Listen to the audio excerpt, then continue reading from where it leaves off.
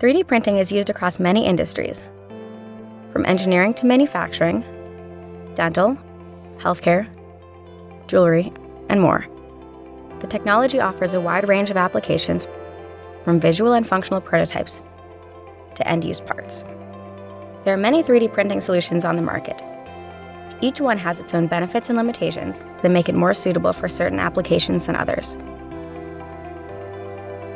To help you identify the solution that best matches your requirements, we'll be comparing functional and visual characteristics of 3 of the most common 3D printing technologies for plastics: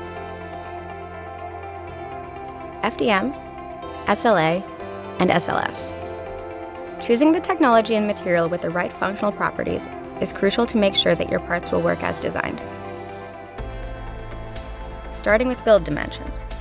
Most common FDM printers offer around 200mm cube-sized build volume, with large format options going as big as 300 by 300 by 600mm size.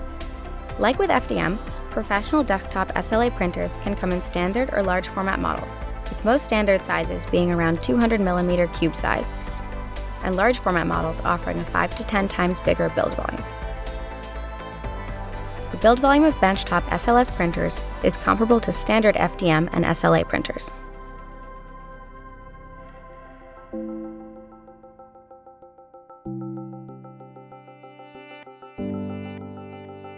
The next thing to consider when it comes to functional properties is tolerances.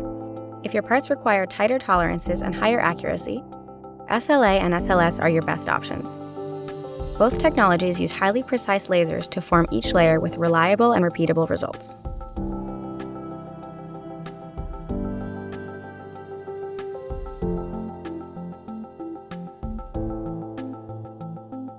Moving on to material properties, FDM and SLA both offer a wide range of materials with properties comparable to common injection molded plastics. Material selection for SLS is more limited, but this technology is the best choice for durable end-use parts.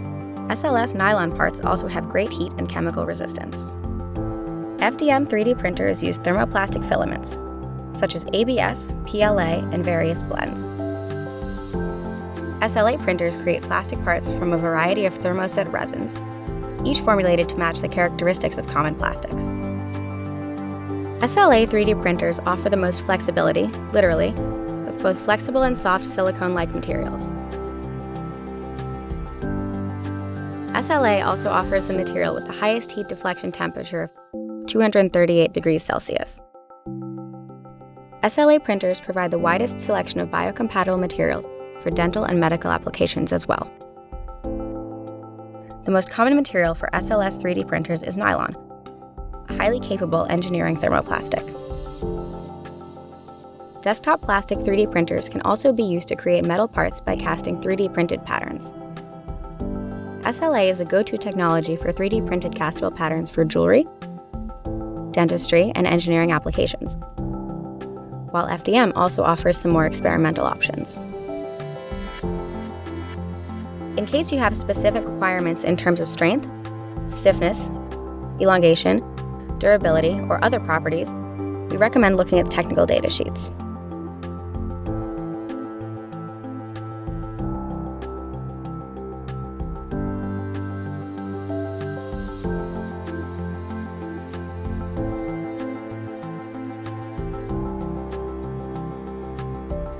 For applications like concept, artistic, or sales models, and looks like prototypes, you should select a technology based on appearance and visual characteristics.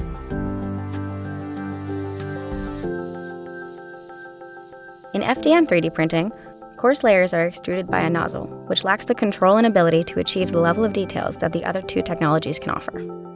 That's why FDM prints tend to have clearly visible layers. Thanks to the highly precise lasers, SLA and SLS are the gold standard for producing high-quality parts and models with intricate details and fine features. In SLA, the laser controls the light with high precision, and each layer takes a parabolic cylinder shape that aligns better with the previous layer. This creates a smoother surface finish right out of the printer with reduced staircase effects, especially for overhanging and upright geometries. SLA is the gold standard for producing high-quality parts and models with intricate details and fine features. SLS printers also use lasers to achieve highly detailed printed parts, but because lasers work by sintering a powdered material, parts come out of the printer with a slightly rough, grainy surface.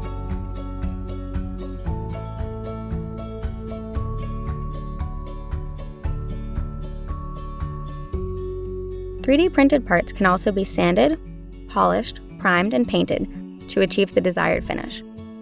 Post-processing SLS parts is the easiest because there are no printed supports to remove from the printed parts. SLA parts require some sanding to remove support marks when printed on supports, while FDM parts need substantially more sanding and polishing before priming and painting for a high-quality finish. FDM materials are available in a wide variety of colors, while some SLA resins can be mixed with color pigments to match almost any custom color. Lastly, SLA has the unique capability to create transparent or even optically clear parts. SLS parts can be dyed to achieve different colors. FDM, SLA, and SLS 3D printing offer many materials and options to best match the functional and visual requirements of your application. In many cases, it can easily happen that 2 or even all 3 of the technologies are a good fit,